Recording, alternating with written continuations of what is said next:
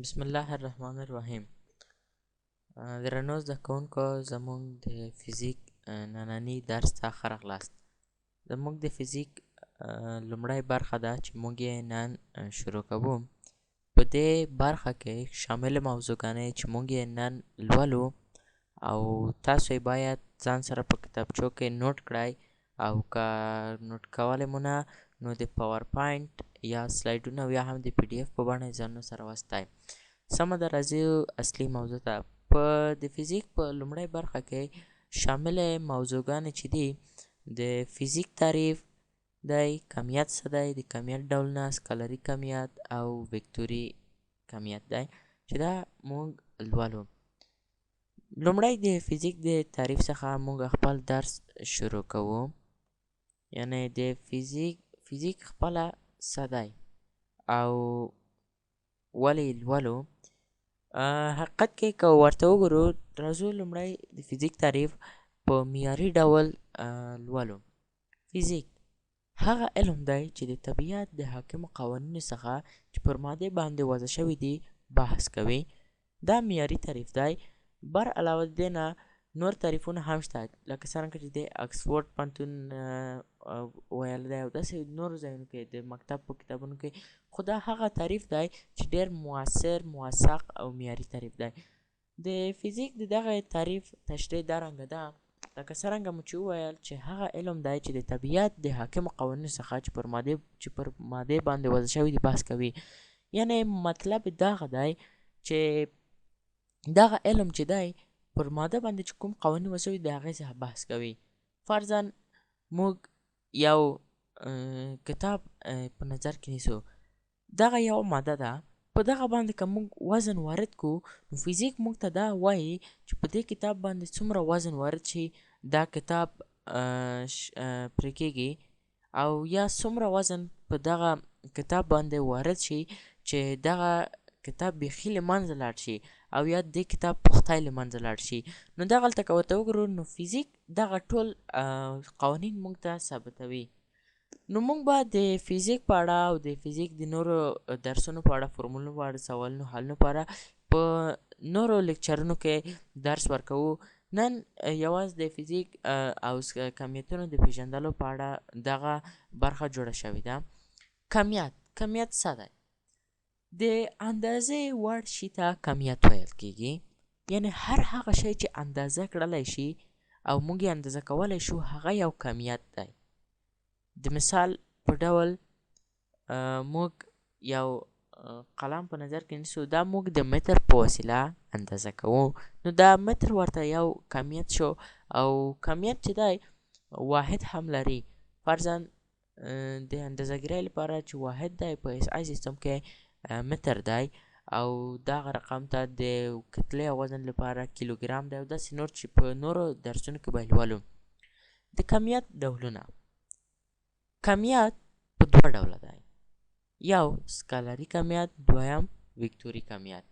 لومړی راځو سکالري کمیت، چې سکالري کمیت خپله څه دی او ولې یې لولو.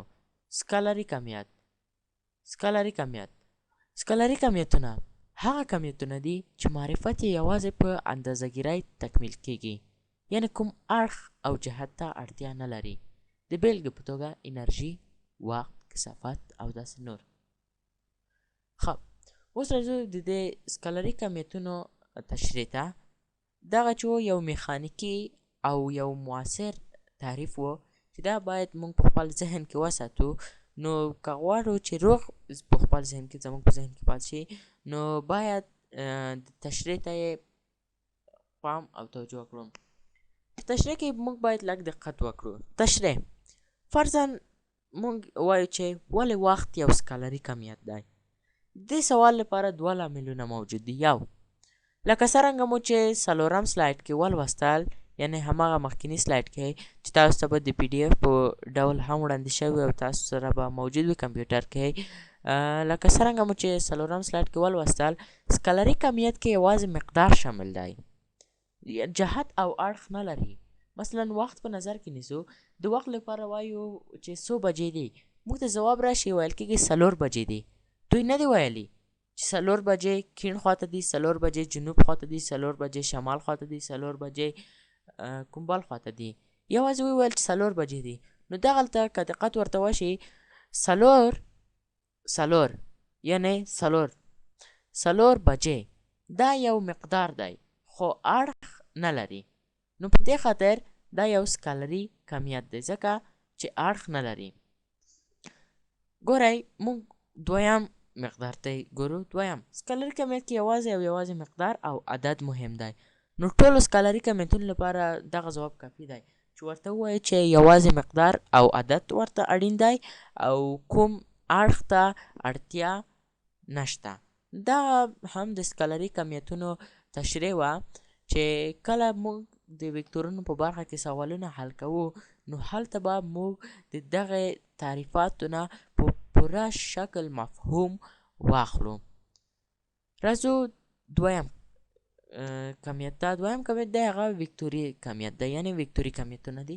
دا هغه کمیتونه دي چې بغیر د عدد او مقدار څخه جهت او اړخ هم اړین او پکې شامل وي.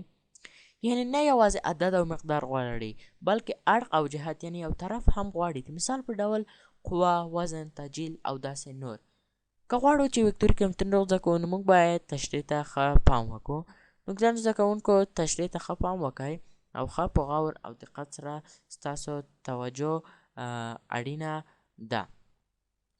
تشریح دا رنګه ده چې وکتوري کمیتونو کې یو کمیت په نظر کې نیسو. د بیلګې په ډول وزن. وزن ځکه یو وکتوري کمیت دی چې بغیر د عدد او مقدار څخه اړخ هم لري. یعنی فرضاً موږ یو دکان ته لاړ یو او دغه دکان نه موږ سودا اخلو. نو دوی موږ ته دغه سودا په یو سی باندې تلي او دغه سی لپاره دوی یو واحد هم لري چې هغه وزن یا کیلوګرام وي. خو فرضاً موږ راځو د خپل لیکچر نوټ یو مثال ته یو بیلګې ته. یعنی موږ 12 کیلوګرامه وزن په نظر کې نیسو. دا که موږ چیرې په یو قطي یا کومبال څه باندې وارد کړو، یعنی یو قطی وي، یو کتاب وي، یو قلم وي، هر څه وي وارد کړو، نو موږ ګورو دلته باید وګورو چې دا وزن د قطي په کوم اړخ باندې وارد شوی. یعنی د قطي په کیڼ اړخ باندې وارد شوی چې قطی له منځه لاړ دی، قطی خراب شوی دی، یا قطی بیرته خپل حالت ته راغلی، یا د قطي په ښي اړخ باندې د قطي په پورتني یا شاتني او یا هم لاندني اړخ باندې. نو د دې خاطره وزن یو وکتوري کمیت دی. او دویمه خبره چې په وکتوري کمیتونو کې اړینه ده هغه دا دی چې عدد او مقدار هم اړین دی. په سکالري کمیتونو کې یوازې مقدار او عدد اړین وو، خو دغلته موږ وویل چې اړخ هم اړین دی، خو مقدار او عدد هم باید له یاده نه وځو، هغه هم اړین دي. او دا باید ښه په پام او دقت سره زده کړو چې عدد او مقدار دا ډېر اړین شیان دي په وکتوري کمیتونو کې او سکالري کمیتونو کې، او دا د یو واحد په شکل ارائه کیږي. مثلا موږ دغلته وایو چې 12 کیلو ګرامه. دلته 12 یو عدد او مقدار دی او کیلوګرام یې هم واحد دی چې دا په راتلونکي درسونو کې موږ د واحداتو په برخه کې لولو.